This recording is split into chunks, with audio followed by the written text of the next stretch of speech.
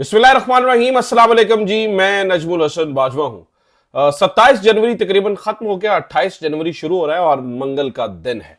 दो अहम तरीन और बड़ी खबरें नाज़रीन कराम आपके साथ शेयर करनी है। एक तो आज मुलाकात के शेड्यूल से हटकर अडियाला में एक अहम तरीन मुलाकात करवाई गई है, अहम तरीन।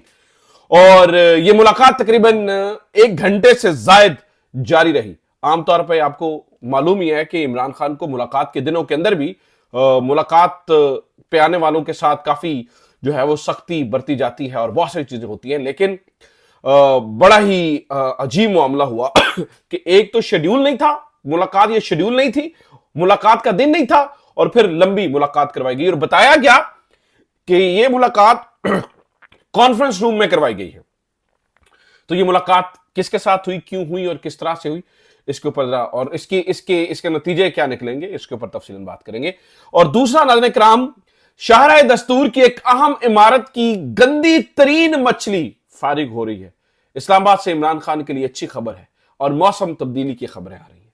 तो ये दो बड़ी खबरें, और इसके साथ तीसरी खबर, इमरान रियाज साहब के वीजा और असाइलम और इन सारी चीजों पर बहसो मुबासा चल रहा है, इसके ऊपर भी बात करेंगे। आदिल राजा और इमरान रियाज के दरमियान काफी लड़ाई चल रही है। लड़ाई नहीं चल रही मतलब, लेकिन आर्गुमेंट्स काफी ज्यादा हो रहे हैं। और ये क्या मामला है, किस वीजे की बात की जा रही है, किस मुल्क का वीजा अप्लाई कर रहे हैं, ये क्या हो रहा है, असल गेम क्या है, इसके ऊपर भी मैं कुछ तफसीलात आपके सामने रखूंगा। तो एक एक करके शुरू करते हैं। सबसे पहले नाज़रीन किराम आपको ये बता दूं कि जो जुडिशियल कमीशन बनाने के ऊपर राजी नहीं थे, आपको याद होगा कि इन्होंने एक पर्चा लहराया था और पर्चा लहरा के कहा था कि ये देखिए इन्होंने जो रिटर्न में हमें दिया उसमें क्या है ऐसा, कुछ भी नहीं है, फलाना नहीं है, ढिमकाना नहीं है, ये तो नहीं हो सकता, जुडिशियल कमीशन बन नहीं सकता। नाज़रीन किराम, इरफान सदीकी साहब और ये सारे लोग अब नाज़रीन किराम क्या कर रहे हैं, बुला रहे हैं और कह रहे हैं कि कल अहम तरीन वो जो एक, यानी कल से मुराद आज का दिन शुरू हो गया, जो सुबह मीटिंग होगी जी, 5वीं मीटिंग मुज़ाकरात के हवाले से तहरीक इंसाफ, उसका बॉयकॉट ना करे। हमने कभी नहीं कहा कि हम जुडिशियल कमीशन नहीं बनाएंगे, हम कभी, हालांकि ये सफेद झूठा, पूरी प्रेस कॉन्फ्रेंस राना सनाउल्लाह ने और ये सदीकी साहब ने बैठकर की थी और इन्होंने कहा था जी हम नहीं जुडिशियल कमीशन बना सकते, लेकिन बहरहाल अब ये आवाजें मार रहे हैं और कह रहे हैं कि प्लीज बॉयकॉट ना करें, प्लीज बॉयकॉट ना करें। इसकी वजह यह है नाज़रीन किराम, डरे हुए हैं, परेशान है, कहीं से डंडा आया है कि इमरान खान से बातचीत के अलावा ऑप्शन नहीं है। ऑब्वियसली पूरी दुनिया की दूरबीनें लगी हुई हैं, जब भी प्रेशर आएगा तो उनसे कहा जाएगा देखिए इमरान खान से बातचीत कर रहे हैं, यही तो एक सेफ एग्जिट था, इस सेफ एग्जिट को लारों से लप्पों से लटका रहे थे और ये इंप्रेशन देने की कोशिश कर रहे थे कि तहरीक इंसाफ को इसकी जरूरत है, इसके लिए सख्त प्रेस कॉन्फ्रेंसेस कर दी गई। इमरान खान को इनकी नीयत का पता चल गया, पता था कि मामले को लटका कर रखना चाहते हैं, कम टपाओ स्कीम करना चाहते हैं। इमरान खान ने ठुड्डा मारा और कहा कि भाई अगर जुडिशियल कमीशन नहीं बनाना है तो ले जाओ इस पूरे मामले को अपने घर ले जाओ, भाई हमें चाहिए ही नहीं आपसे मुज़ाकरा। तो अब ये पीछे से आवाजें मार रहे हैं। इसी सिलसिले के अंदर नाज़रीन किराम, इमरान खान को मनाने की आखिरी कोशिश हुई, मुक़्तदर्रा से, ताकतवरों से एक पैगाम पहुंचा अली यमीन गंडापुर के जरिए आज इमरान खान को। यह बात आपने ज़हन में रखनी है कि जो असल मुज़ाकरात हैं वो बुशरा बीबी और अली यमीन गंडापुर के जरिए हो रहे हैं और इस्टेब्लिशमेंट जो है वो गंडापुर के जरिए इमरान खान तक पैगाम रसानी कर रही है। गंडापुर जो है वो कभी भी गवर्नमेंट की बात लेकर नहीं आते हैं, इस बात को ज़हन में रखिएगा। और गंडापुर साहब इसीलिए बहुत फेवरेट भी हैं हुकूमत के, उन्हें लगता है कि यार ये जरा मामलात को जरा इमरान खान ये ठंडे तरीके से सुन लेते हैं। हालांकि गंडापुर साहब के बारे में बताया जाता है कि जी कुछ रिकॉर्डिंग्स के बारे में इमरान खान को उनके करीबी साथियों ने बताया कि गंडापुर की कुछ रिकॉर्डिंग्स हैं और उन रिकॉर्डिंग्स के अंदर वो कुछ गैर जिम्मेदाराना गुफ्तगू कर रहे हैं।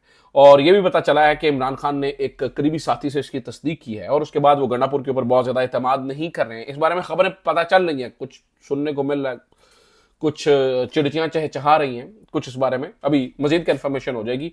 अभी मैं इसको शक के दायरे से देखता हूं, लेकिन इसकी मजीद कंफर्मेशन एक आध दिन में हो जाएगी, फिर मैं आपको बता दूंगा कि वाकई इसके पीछे कौन था। लेकिन फिर भी इमरान खान साहब बातचीत करने के लिए गंडापुर साहब को इस्तेमाल कर रहे हैं और गंडापुर साहब इमरान खान से बातचीत करने का जो है वो ऑफिशियल चैनल है। दूसरी तरफ जुनेद अकबर साहब जो हैं वो एहतजाज की तैयारियों पर लगे हुए हैं। ये बात आपने ज़हन में रखनी है कि गंडापुर साहब से बात के जरिए बातचीत और जुनेद अकबर साहब से ये बताने का तरीकाकार कि भाई अब हम आएंगे तो उस एहतजाज को लीड गंडापुर नहीं कर रहा होगा, उस एहतजाज को लीड जुनेद अकबर कर रहा होगा और बाकी सारे लोग जो इमरान खान की नई टीम इमरान खान ने उतारी है। बहरहाल मनाने के लिए और मेहनत तरला करने के लिए, ठोडी को हाथ लगाने के लिए आज की ये अहम तरीन मीटिंग हुई और इस मीटिंग में कुछ करने चीजें हुई हैं। पता चल जाएगा, अभी कुछ देर और इंतजार करते हैं। हो सकता है कि कुछ देर में ये इन्फॉर्मेशन आ जाए कि अंदर खाते क्या बातचीत हुई है। लेकिन लास्ट इतलात ये है कि इमरान खान नहीं मान रहा है। इमरान खान ये समझता है कि मेरे साथ इन्होंने ड्रामेबाजी और पखंडबाजी करने की कोशिश की है, लारे लप्पे लगाने की कोशिश की है और सिर्फ टाइम और कम टपाओ स्कीम चलाने की कोशिश कर रहे हैं, जिसकी मैं किसी सूरत इजाजत नहीं दे सकता। मेरे लोग मरे हैं, मेरे लोग जानों से गए और इमरान खान को सबसे ज्यादा दुख 26 नवंबर का है, इसलिए वो इस बारे में बड़ा गुस्सा है। दूसरा नाज़रीन जो मैंने कहा जी, इस्लामाबाद की कहा इमारत से खुशखबरी है, सबसे गंदी मछली फारग हो रही है, उसकी खबर सुन लीजिए।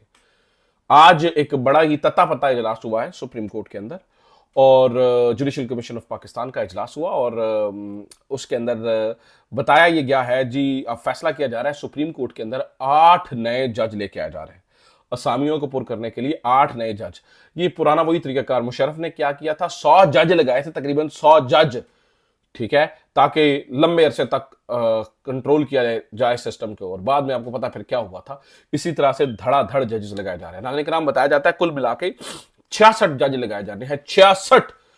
चाहिए तो ये कि 26वीं आईनी तरमीम के नतीजे में ये जजेस लगे जा रहे हैं। तो जब तक 26वीं आईनी तरमीम के ऊपर फैसला नहीं होता, मामला अदालत के अंदर है, तब तक इस मामले को जो है वो स्टे दिया जाए, इसके ऊपर स्टे कर दिया जाए और जजेस को ना अपॉइंट किया जाए। बड़ा सेंसिटिव मैटर है, लेकिन इसके बावजूद नाज़रीन अन्य वाह जज और अब 8 जज सुप्रीम कोर्ट लेके आए जा रहे हैं ताकि हो उससे तरीकाकार ये हो कि ये जो आवाजें हैं, जैसे जस्टिस मंसूर अली शाह की, आतर मिनल्लाह की और बाकी लोगों की, इन आवाजों को दबाया जा सके, इन आवाजों को खामोश करवाया जा सके, इन आवाजों को जो है ना वो साइडलाइन किया जा सके।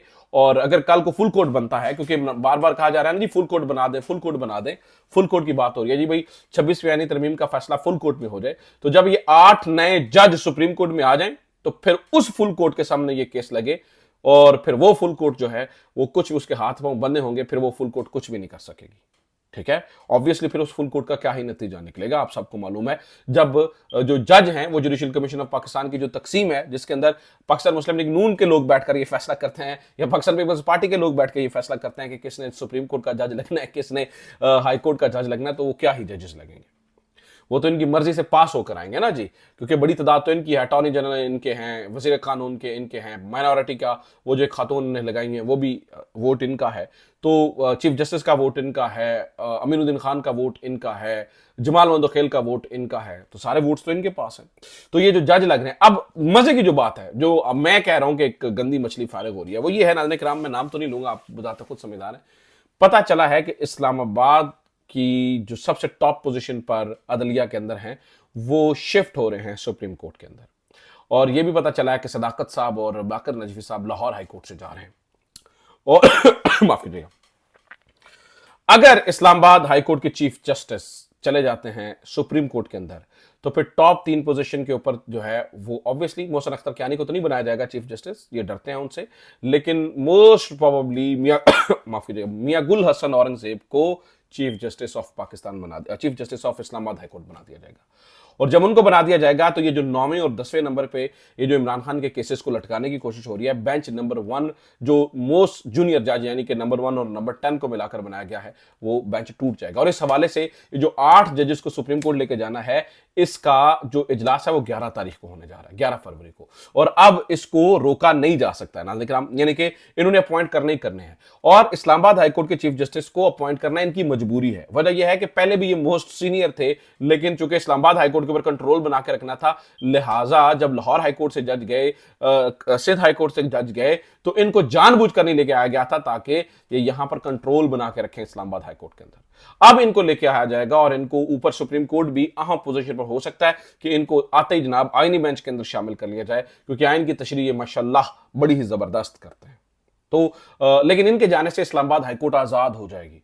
मियां गुल हसन औरंगजेब फिर भी मुनासिब आदमी है, बेंच बनाते वक्त ख्याल रखेंगे, चीजें फैसले करते वक्त ख्याल रखेंगे, चीजों को देखेंगे, तोलेंगे और फिर जो है वो चीजें होंगी। तीसरा नाज़रीन मैं आपको बता रहा था कि अहम तरीन खबर इमरान रियाज के हवाले से, हुआ ये कि आदिल राजा साहब ने ये न्यूज ब्रेक की जी, ओमान की एम्बेसी में इमरान रियाज खान का अमेरिकी वीजा लग गया है और दिस एंड दैट।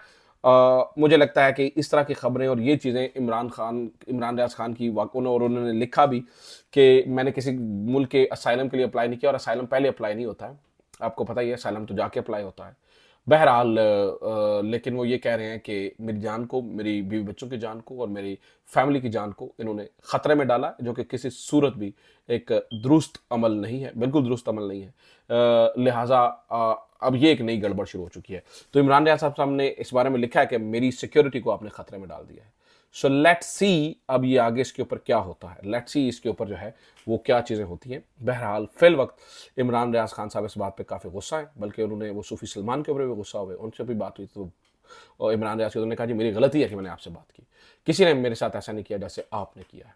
तो ये अब तक की खबरें, उम्मीद करता हूँ ये वीडियो आपके लिए इन्फॉर्मेटिव रही होगी। अपना ख्याल रखिए, खुदा हाफिज़, पाकिस्तान जिंदाबाद।